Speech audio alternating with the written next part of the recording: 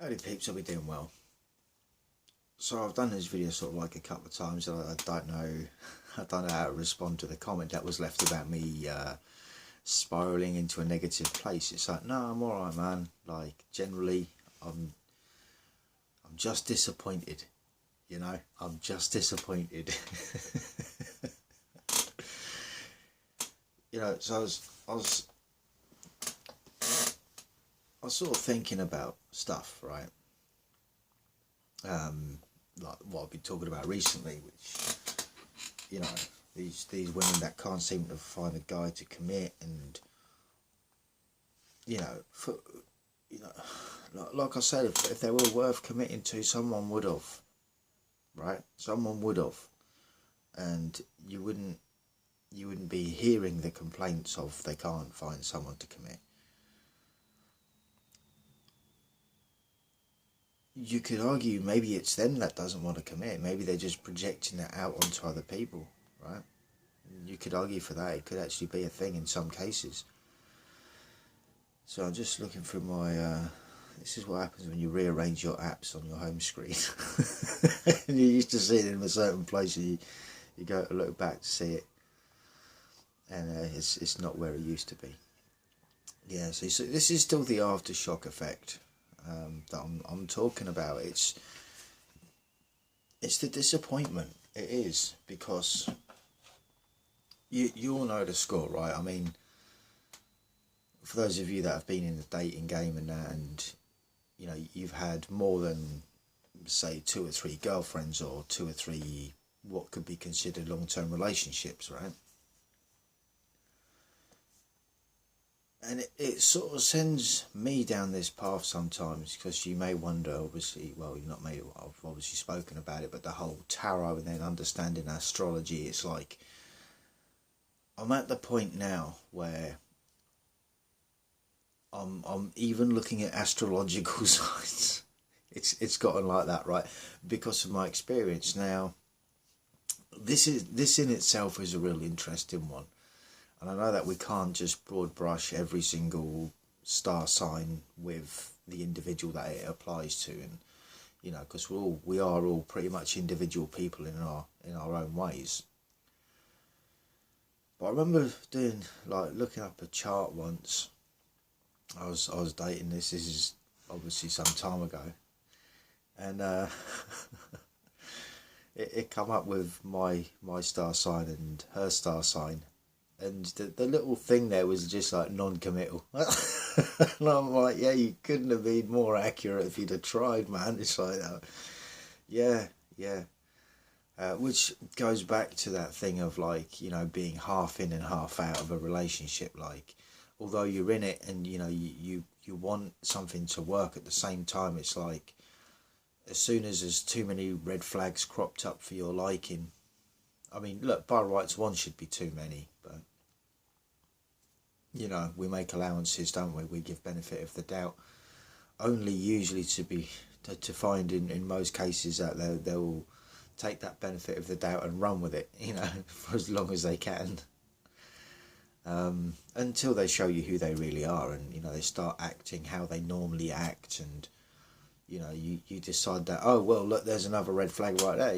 There's this whole passive aggressive thing that you're doing, I'm not down with, right? I'm not down with any of that, you know, mind games, emotional psychology, you know, that sort of thing. I'm not playing these games with these people, so I'm not having it.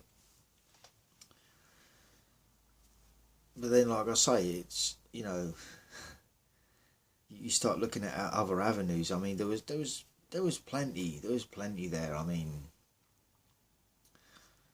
it's that thing of giving benefit of the doubt, whereas, you know, even in some cases, okay, say like that. I've mentioned that the type of people that I grew up with, right?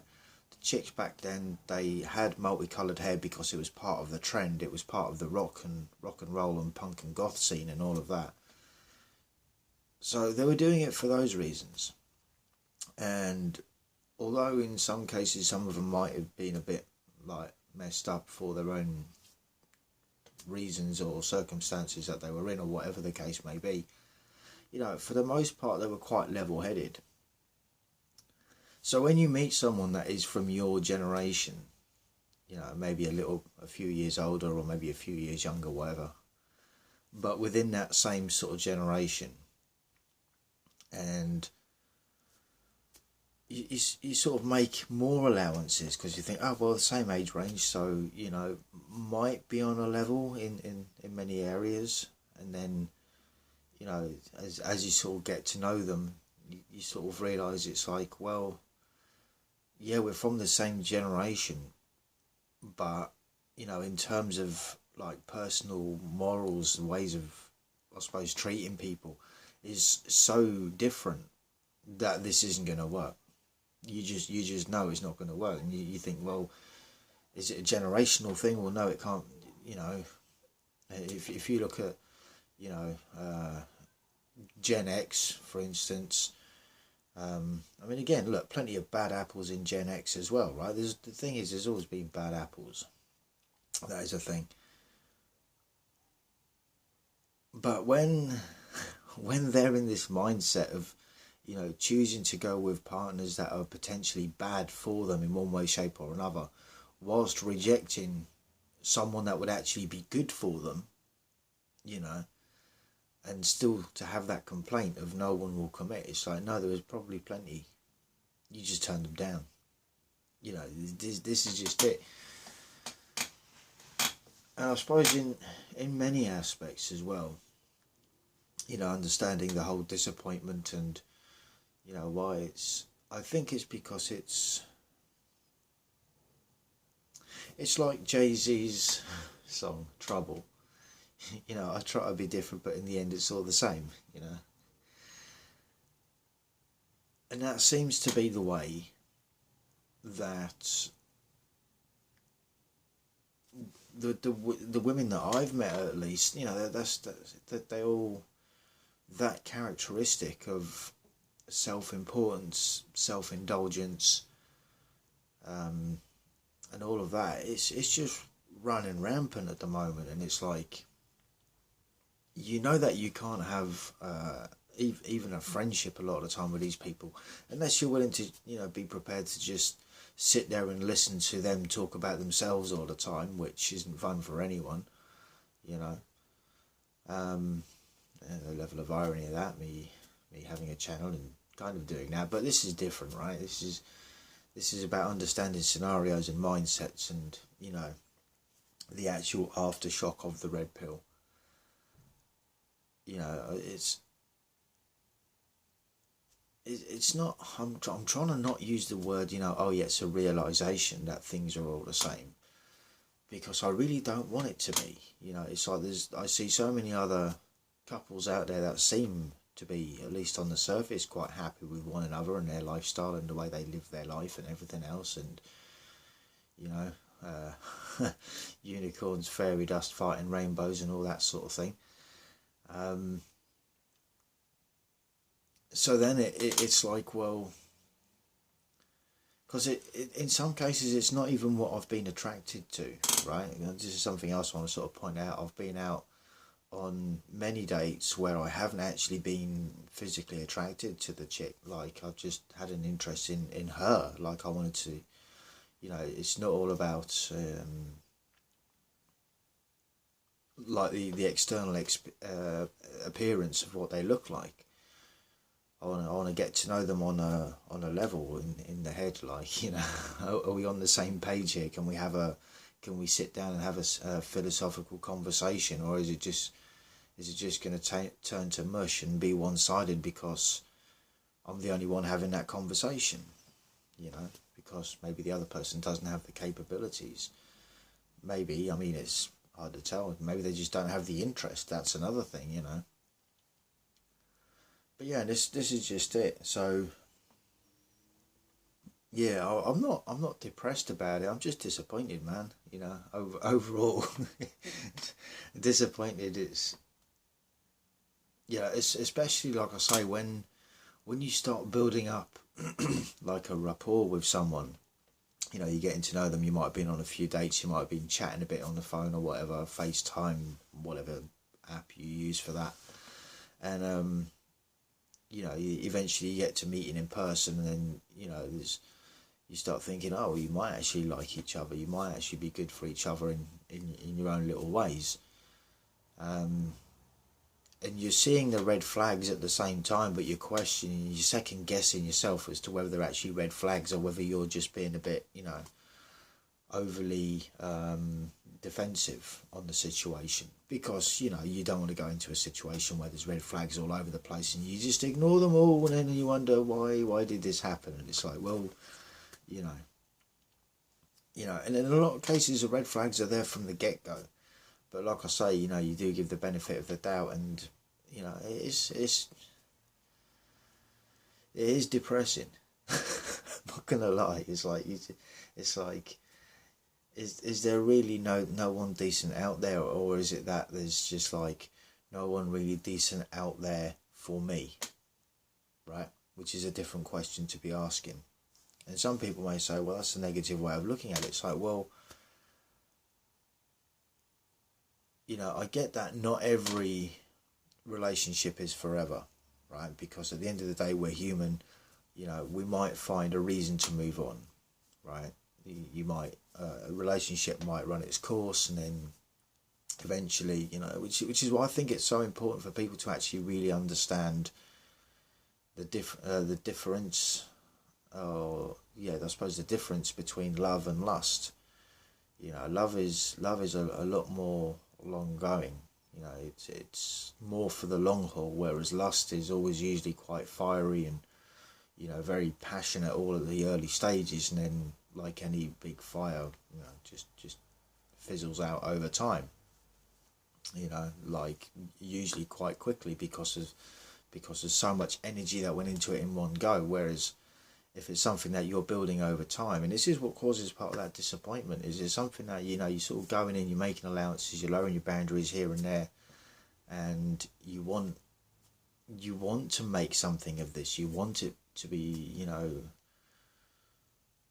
a fruitful relationship, and you see that you have these things in common, and that sitting in a room and listening to the music that you like isn't going to be a problem because they like it too. And there's that side of it, and then you might connect on other levels. You might be into, I don't know, skydiving, maybe fast cars or something like that, right?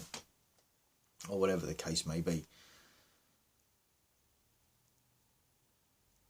And then as you build that up, and you get that thing where a little something happens, and you're sort of in and out, right? Like I said, 1 foot in, 1 foot ready to pounce in the opposite direction as soon as it gets too much. By gets too much, I mean too many red flags and too much BS that can go on in these situations.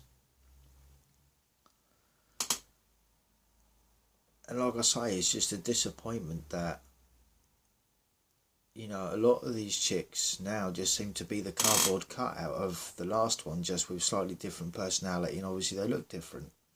That's about it.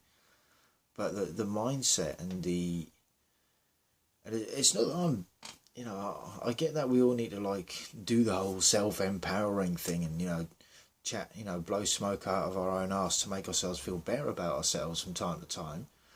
Where it's a thing, right? Don't be blowing smoke out your ass if you're not actually that good at something, because then when it comes to test time, you look like a dickhead. I'm just saying. And it's more humble to actually to claim to not be as good at something as maybe someone else, right? This is something that I think humbleness, is something a lot of people don't quite get these days. Very, I suppose, like the saying goes, a very narcissistic society. Usually the overinflated sense of self-grandiose, right? Although that shit. But again, ultimately it comes down to, the aftershock is, it is kind of a negative and a depressive state because of the reality of what it is. It's like you go through all that again, you try and build something, and a little minor hiccup happens, and then you see the other person for who they really are and how they really act and what they're really about. You know, and when this is something that you've pointed out to them in the first place, like you know, you've just said this thing right here, and this is a red flag to me, and here is why. And then, you know, a month or whatever it is later down the line, the one thing that you told them was going to happen happens because they just showed themselves to being who they really are and how they really act, and how it's all just, you know, oh yeah, all my exes are bad. It's like, nah, man, no, your exes aren't bad. Not all your exes were bad, right? This is this mindset that this victim mindset that people put themselves in, and it's very negative, and some people lap it up because, after all, some attention is better than none, right?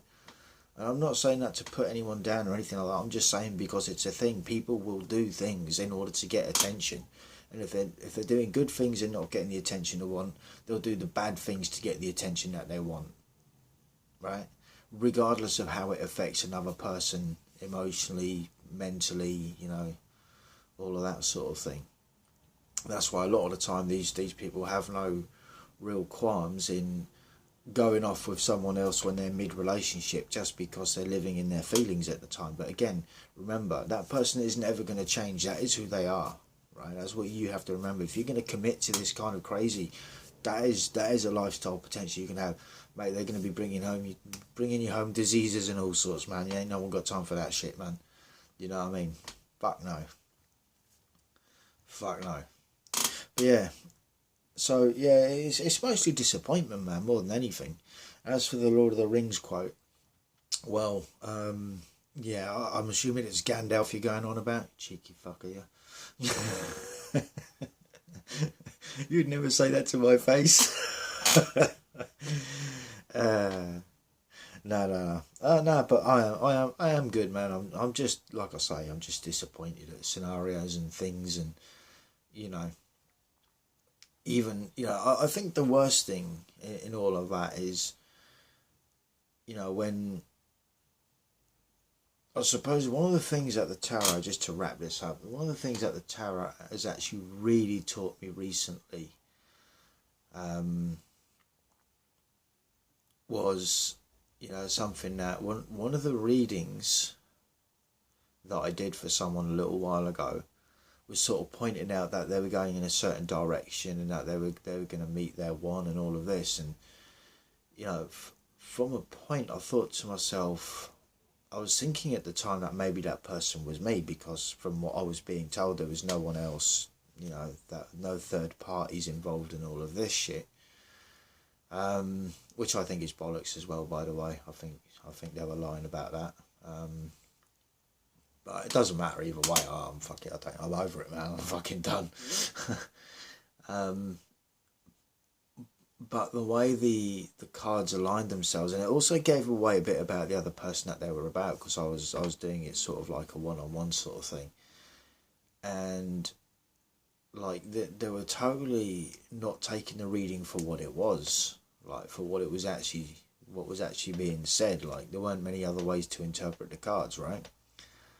And I remember the Two of Swords came out, which meant that there was some sort of compromise needed to be made, or, you know, a decision was going to have to be made.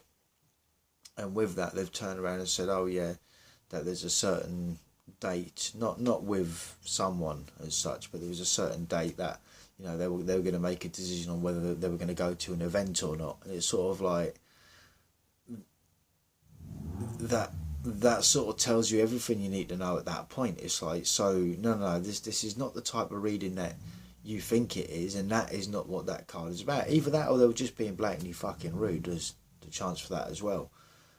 But it's like, the decision was, you either carry on living your fucking life as you are, and you will end up alone and in misery collecting cats, probably, I'm just saying, you know, or you could have chosen the other path, and whereas you actually be the person that you would want to be rather than the person that you are, and making that decision in order to improve areas in your life where you needed to be improved, in order to make a better decision later on down the line, if you wanted to find someone, or if they wanted to find someone long term, for the long haul, you know, to settle down with.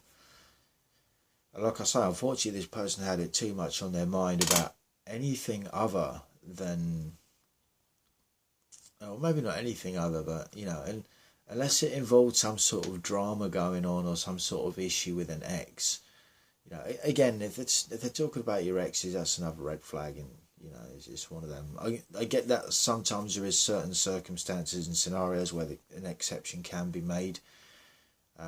But look, if they're still hating on their ex for whatever reason, man, that's a red flag right there. They ain't over that shit, and you don't need to be anywhere near them because it ain't gonna end well for you. At that point, you're pretty much the shoulder to cry on rebound guy. You're gonna get friend zoned. That's what's gonna happen. But yeah, and this is just it. It's like it all just leads to fucking disappointment, right?